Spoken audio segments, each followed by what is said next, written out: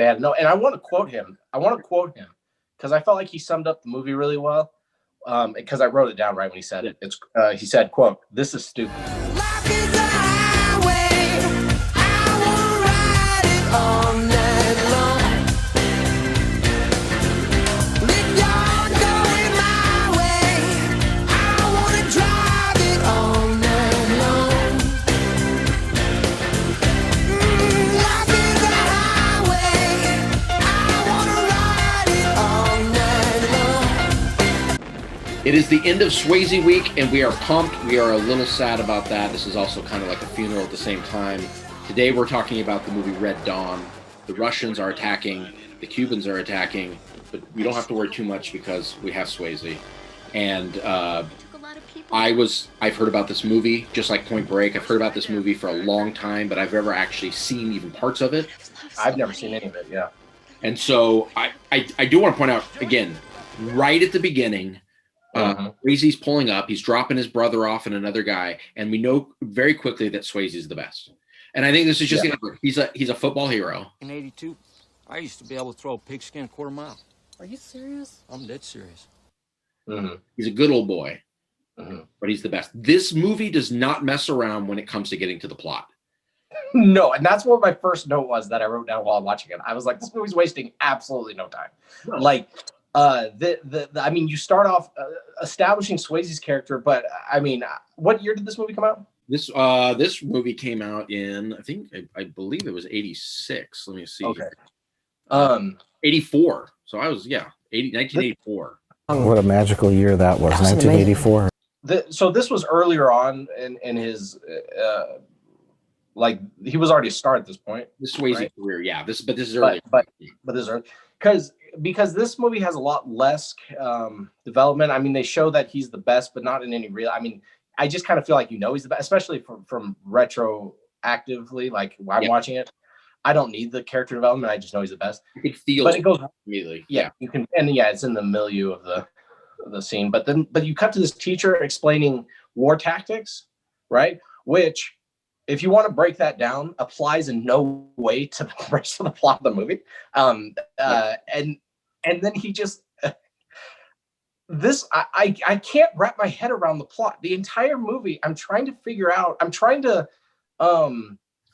justify what's happening in some way. And in the entire movie, I'm like, the whole time I'm like, I don't quite understand what I'm supposed to be buying here. Yeah, let me break this. The idea that Russians have now descended on a small town in the Midwest, and that's front of the war to occupy all America. Well, they say, and not only that, they say like after 5 hours, we've used all our ammunition. Let's wait for it. Okay, still there? Yeah, you went out for a little bit there. Well, so yeah, like you said, they used like. So it talks about before that Nicaragua, a bunch of people from Nicaragua and different people that are also fighting with this group come up from Mexico. Like they sneak in, which I think this is the movie everybody watched. This is how Trump got all the support because everybody watched Red Dawn and everybody's like, oh frick, if we don't build a wall, we're going to build the wall. We have no choice.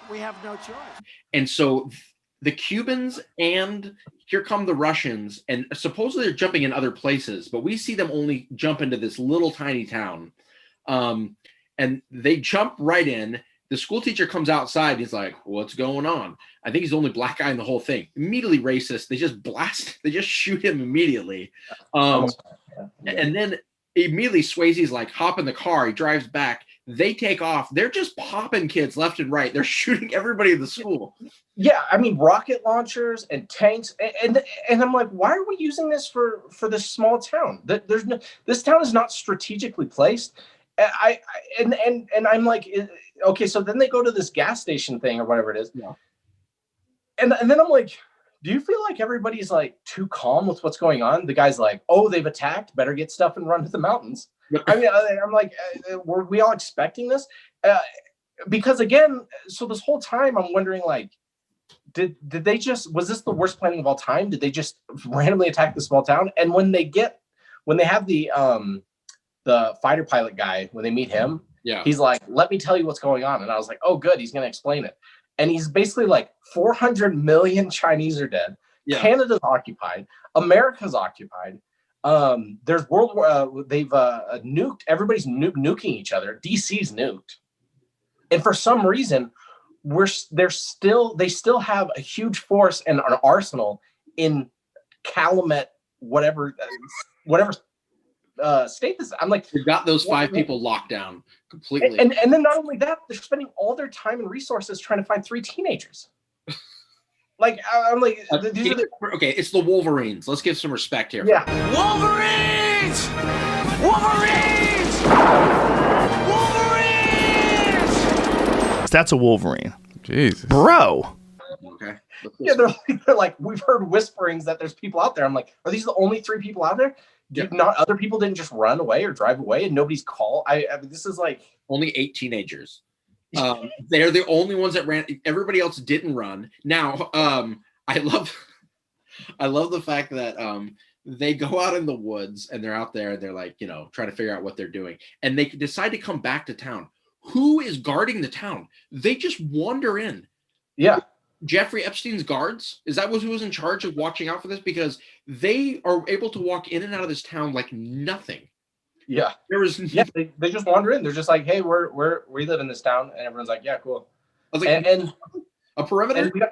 and we have a handmade situation where it seems like there's more guards than there are people. Yeah. Like every street has like 100 guards.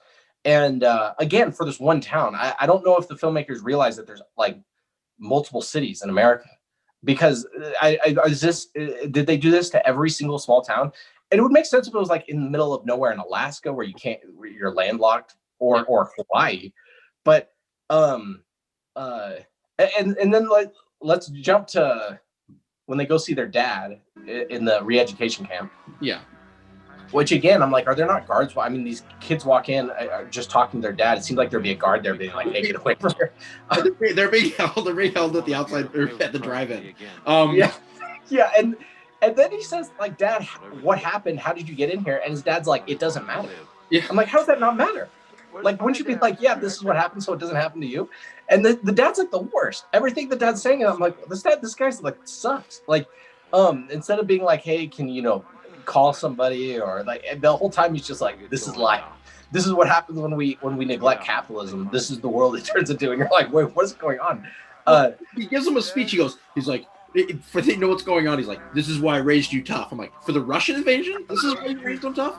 And then as he's saying all this, he's like, you guys don't cry. Like, he's like, don't you ever cry. He's letting them, you don't cry for me. But then the second they go, we've got to go, he's like, avenge me. And I was like, yeah, that's what I was like, avenge you? What? You haven't died.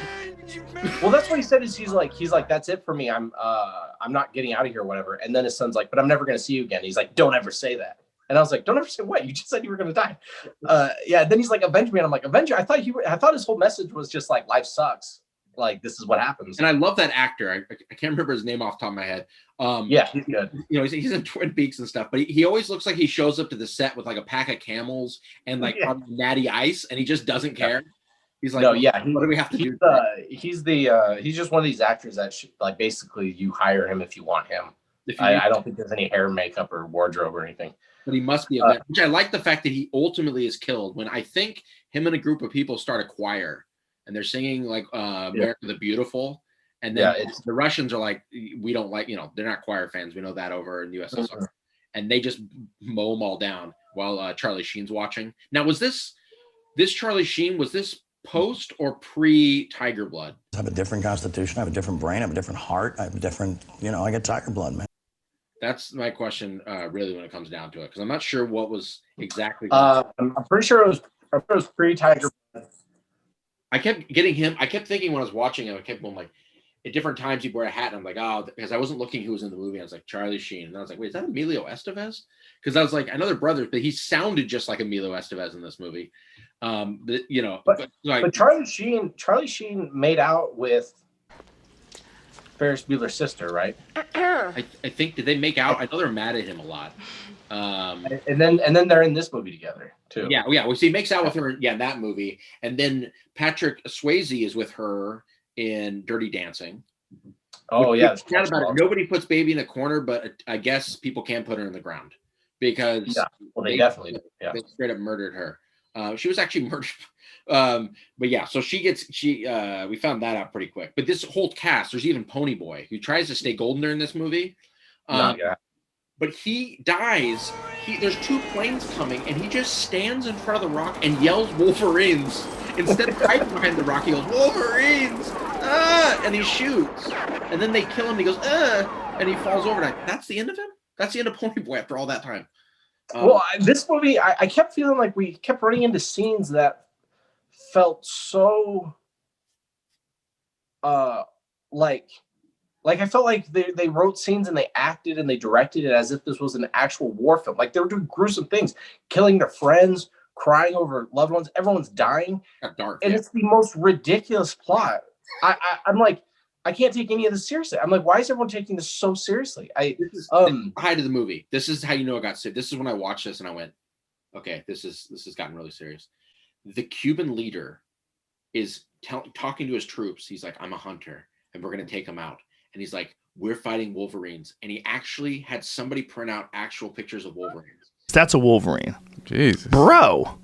He's like, this is what we're fighting, and he shows them an actual Wolverine to know what they're fighting. Yeah, because they had to know. And I want to quote him. Because I felt like he summed up the movie really well. Because I wrote it down right when he said it. He said, "quote This is stupid," and that's how I felt about the whole movie. I was like, "What is?" Because there were scenes where I felt like this should be emotional. Like they're like the ending and how dreary it is. I mean, I'm like, certain parts are. I'm just like, this is like really heavy, or at least it should be. If it wasn't the dumbest thing I've ever like, I was like, I don't know. They mixed the dumbest plot, and then we're just like, if we go all in with getting dark and depressing, then maybe like people believe it. And I mean, I've never seen such like heavy plot points being put into ridiculous movies since Dirty Dancing, when there was a botched abortion in a movie about dancing. These movies, they really like they really try to get heavy on me. So the other thing was that they keep sneaking up on everybody and they're taking everybody out. And there's the part where after he goes to decide, the Cuban guy's like, we're going to hunt him, we're up against Wolverines. He sends in obviously like some of his best, who are in like these white outfits and white masks. And somehow the Wolverines are just waiting for them. Like they know they're coming and they're waiting for them, and they take them all out. And I'm like, how do they know they're coming? Like they keep doing these things where it's like nothing's I'm like, how are they feeding these horses? And then somehow getting away. Yeah, and they keep doing guerrilla tactics and just getting away, and somehow I couldn't figure it out because and here's the thing: what was their goal? Right? This was the weirdest thing to me. In the beginning, they're defending their town. They have no idea what's going on. They just know their town's taken over. They're not going to run away because this is their town. Swayze is the best. We got to protect everyone. Yeah. But then they learn that there's literally DC's been nuked. America's completely taken over, except there's freedom zones where what do they call free America or whatever, or New America. And yet they just continue to fight for some reason at the end until they all die. And then those 2 girls get to just go to free America. But I'm like, if their point was to protect the girls, why didn't they just immediately just walk to free America? They decided. Why did they keep fighting? They decided instead to go attack a base by themselves, which they do amazing. Yeah. Just take everybody out. And they win. This base is the worst guard. I don't know who's they're training, but I love how they try to make you care about the Cuban leader. At the all of a sudden, he's like, all of a sudden he's writing and you hear in his head, he's like, dear my lover. No me puedo acordar cómo es no tener frío. Me parece que hace 1000 años que fui un niño en el sol. Cómo llegué a este lugar tan alto, tan desolado, donde no hay más que soledad. Tanto se ha perdido. Quiero ver tus ojos y olvidarme de todo. Me parece todo tan lejos. Una casa calurosa, donde mi sombra. And then he runs into Swayze and Charlie Sheen when they're both like, we're done. And he looks at him and he's just like, you are the best. Puts on the gun. He's like, why can't we just be friends pretty much? And they wander off. And I was like, where did this come from? Why did this guy suddenly all about peace? Now, I do want to mention one line. My favorite line of the whole thing is they capture they capture one of the Russians and they've got him and they're trying to get him to talk. And then one of the girls says, rub a butt on him. Now, I don't know what rub a butt on him meant, but I don't think there was consent for that. And I don't know if what they were kind of information they were trying to get from him or what was happening in that scene. I didn't see anybody with cigarettes. All of a sudden she yells for that, rub a butt on him. And nobody did.